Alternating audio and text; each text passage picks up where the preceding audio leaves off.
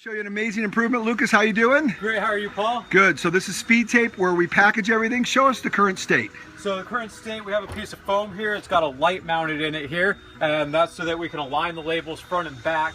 So when we do it, you take the tape out here, have your front label. You're going to put the front label face down on the light. You can see through the label so you know which way it's facing. So now when you pull this label off, it's really easy to align it on there. So when you flip it over, both sides are right side up every time. Perfect. It goes in the box. And then you also do a little tamp. So do a couple real quick. Let us watch what you do. Yeah. Align, label, do, tamp, in the box. All right, so this is very good. Now look at the waist here. The waist is a little bit of reaching. You can see how that's all happening, but it's a very clean process, and Lucas has made this remarkably better along with the help from all the other people. Annie came up with a box idea to tilt that and put it linear. It's just awesome. There's so many good improvements here, but you can see some excess motion, all right? So today I'm on the shop floor helping Lucas work. And I like to always be on the shop floor because that's where I learned, and I had to actually do this process, so we came up with some improvements. Go ahead, Lucas. So here's what we've done to improve it. First of all, we took this roll of labels and we rewound it on a rewound table we have. So now instead of coming off with the 1x50 towards you, it comes off with the UPC towards you. And that's really helpful because when you put these down, it's much easier to align it on the light where you see the part that says speed tape as opposed to the rest of this label and know which side's up. And when you do that, you want this label coming off so you don't have to flip it like this in order to get it. So we reduce motion? So we reduce a lot of motion right there like that.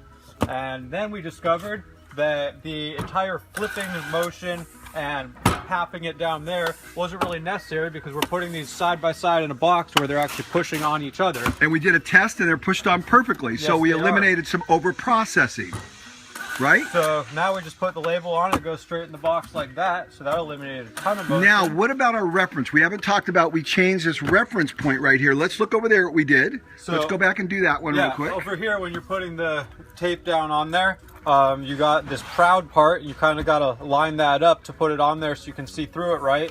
And then when you go, or when you were going to flip it, if you were off center, you'd be pushing down in the middle of the label and crinkling it. So we eliminated all that by putting this reference circle here. So now I can basically do it without looking, except that I want to see where it is, but I don't have to think about where I'm putting this. I slide it right in there every time. It's in the right spot with the light shining right through just right.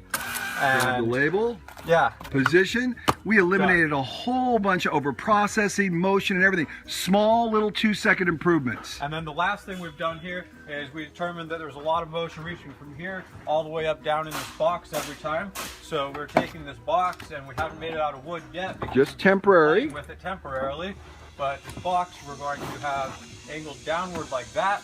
So now I eliminated this motion into only this motion. And then we discovered that if I reach in, I pull a whole stack out here at once, it's even less motion for every one I do. And we're saving seconds on every one of these, and we spend 2 hours a day doing this. Our goal is to get to 1 hour a day, cut it in half, because we believe that everything we do can be cut in half. Think about that concept. Not just shaving a few seconds off, but literally cut in half. And we will cut this process in half to 1 hour a day, where before it was 2 hours, and before long, we'll probably even get it faster than that. And notice we're using our wits and not our wallet here. We're not spending a whole bunch of money on technology. We're just hyper analyzing the motion, over processing, and all the things that go into this process. There you go, a 2-second improvement over and over again. Lucas, great job. Thanks, Paul.